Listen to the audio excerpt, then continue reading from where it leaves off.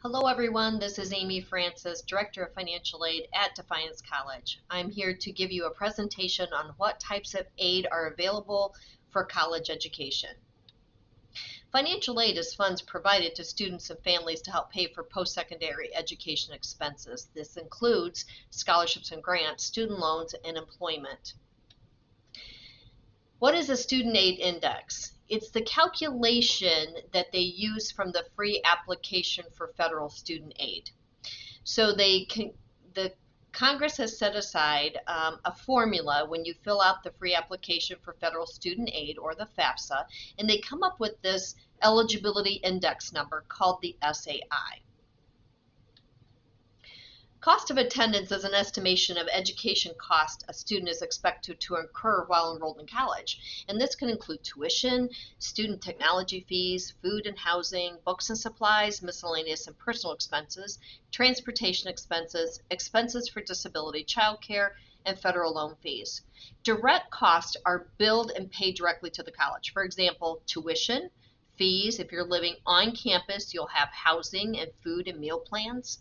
Indirect costs are expenses that are required to live and attend college, but they don't pay them directly to the school. For example, transportation, personal care items, etc. We're going to talk a lot about financial need, and the definition of financial need is the cost of attendance minus the SAI, or the Student Aid Index, and that gives you financial need. Your need is going to vary based on the cost. So this chart here represents different cost of different types of schools. So if you go to a higher cost school, your need is going to be higher versus if you go to a lower cost school. The difference here is that the student aid index stays the same no matter where you go. So depending on the cost of the school, your aid could vary greatly from one school to another. Types of aid, again, is scholarships, grants, loans, and employment. Grants and scholarships don't have to be repaid. Loans are borrowed money to be repaid with interest over time, usually after the student graduates from college. And work is money earned as payment for a job. So you can work as you go along with school and use that money to help pay for your tuition and fees. There are different sources of financial aid: federal, state, and gift aid. And there also is institutional aid from your school. But the federal aid is the Pell Grant, and that is up from $740 up to $7,395.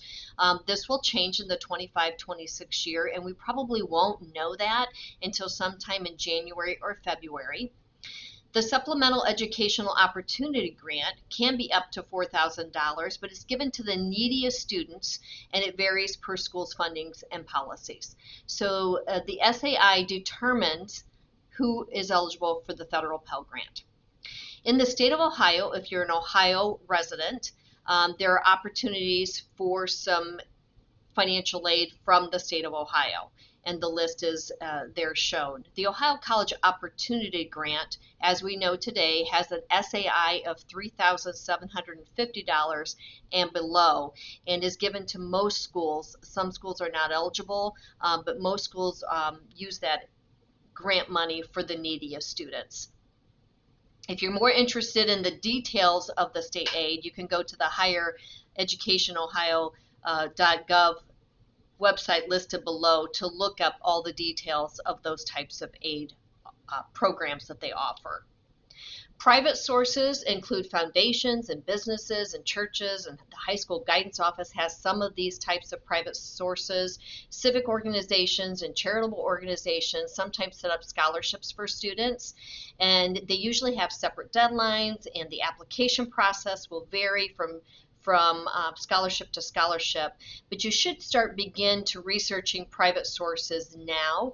And again, your high school guidance counselor is a really good resource for you.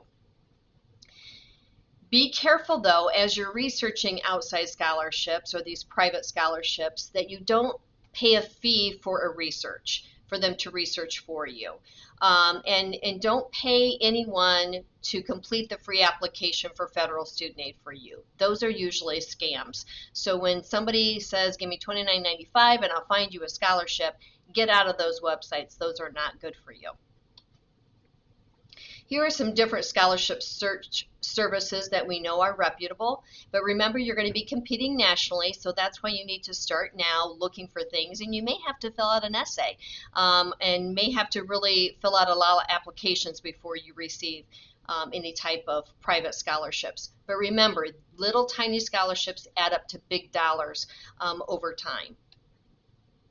The Teach Grant is a program from the U.S. Department of Education. It's a federal fund, and it can grant up to $4,000 per year to students who intend to teach in a public or private elementary school or secondary school that serves students from low-income families. There is a service requirement upon graduation that must be met in order for this to stay a grant. If you do not meet the requirement, the service requirement, this grant becomes a loan and it must be repaid. So just be aware if you're looking to go into the teaching field that you stay in the teaching field. If you graduate as a teacher and go serve in a low income, this might be a great program for you. Some schools don't participate in this program, so just be aware which schools do and which schools do not. Let's talk about direct subsidized loans. The student loans are a lot of questions that we have from families. For the direct subsidized loan, this is a loan in the student's name. Parents, you do not have to be a cosigner. You must show demonstrated financial need according to the FAFSA and the cost of the school you're going to. It is interest-free while the student is enrolled at least 6 credit hours. Students, you have 10 years to repay this loan after graduation, or if you reduce your classes below half-time, repayment starts then. You usually get a 6 months grace period where then you can go find your job and then start making payments after that. Current interest rates are 6.53% for the 24-25 year, and they will change July 1st. There is a default origination fee that is reduced from the loan before it hits the student accounts at the schools, and the Department of Education does take out 1.05% default origination fee to keep the loan program going. There's another loan in the student's name called the Direct Unsubsidized Loan. This is a non-need based award. It is not interest-free while the student is enrolled. So the student can choose to pay monthly interest payments, or they can let the interest accrue while the student is enrolled in college. The same things apply as the subsidized loan. Interest rates are the same, repayment is the same. The federal direct loan process, students, you have to complete the free application for federal student aid every year. You will need to, the first year, go on to studentaid.gov and complete a master promissory note. This is saying that you promise to repay the loan in full upon graduation, or if you drop below 6 credit hours. You do have to complete an entrance loan counseling at studentaid.gov, and this is to help the student understand their rights and responsibilities for borrowing under the loan program.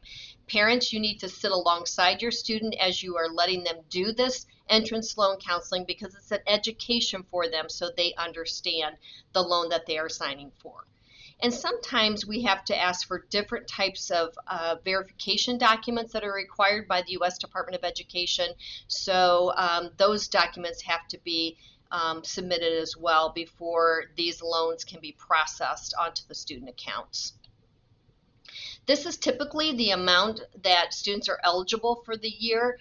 Some students will not receive the full subsidized amount, but the total amount that you can borrow for the year as a first-year student is $5,500, and it does go up depending on the grade level that you are at, so it will increase over time. The Federal Direct Plus loan is a loan in the parent's name to help pay for college expenses, and it's the eligibility is the cost of education minus all the student's financial aid. Parents, you do have to go through an adverse credit check, and there is a fixed interest rate of 9.08% this year with a default origination fee of 4.228. Repayment after the full amount has been dispersed to the account means that once your loan is totally dispersed to the student's account, you start repaying it on a 10-year basis as well, but you can choose different repayment options that can go up to 25 years. You do have the option to defer the loan while the student is in school, but please remember you're deferring at 9.8% interest rate. The process for this is the parents completes the Federal Direct Plus Loan application at studentloans.gov. They will complete a promissory note and they will go through the credit check. Sometimes parents are denied the loan, which means the parents have different options. One, you can appeal the credit denial at the U.S. Department of Education's website at studentaid.gov. In some cases, you can get a cosigner. Okay, so it's called the endorser option, and the parent can have a cosigner that signs on their behalf. If those two options don't work, the U.S. Department of Education allows the student to borrow an additional unsubsidized loan in their name. It may not be enough to pay for college, but it does help in cases where parents aren't able to borrow on behalf of their son or daughter. Alternative loans are consumer loans for education. They're not federally funded by the U.S. Department of Education. They're funded by local banks. Students may have to have a cosigner when they are applying for these types of loans. Interest rates will be determined by the cosigner's credit score in many cases. And sometimes repayment may be required while the student is enrolled in school. Sometimes they require them to just make a small on-time monthly payment to get them used to repaying loans back. Sometimes they have to pay interest or interest and principal. And some lenders allow for a cosigner release if the student makes monthly on-time payments after they graduate. So these alternative loans are funded by local banks, and they are in all shapes and sizes, and they all have different terms for them and different interest rates. So as you're looking at options to pay for college, alternative loans can be in the student's name, and they are another option for you to pay for college. Helpful hints. Apply early for admissions to colleges and universities that are of interest to you. A lot of times they will not give financial aid out until you're admitted as a real student at their college. Respond to information requests through the admission portal. So many times when you become accepted into a college, the admission staff is going to give you the student an admission portal, and that's how they guide the student through many of the processes, scholarship opportunities. Maybe it's time to turn in your final high school transcript. Maybe you have to start filling out housing information form for the college. So sometimes these only go to the students. So students, please share with your parent or whoever is assisting you with college these different emails so that you're aware of the next step in the process. Be aware of the scholarship deadlines and apply on time if they are applicable to you. Research for private scholarship opportunities. Reapply every year. Even those private scholarships, reapply every year because you might be missing out on an opportunity if you don't know if it's renewable or not. Apply for summer job students and save to reduce your college debt. And always ask questions. And if you have more information you want to review, go to studentaid.gov. It's a great resource. And the 800 number there is available to help you through the process as well. Good luck with your college adventure, and we'll have another recording later on how to complete the FAFSA. Thank you.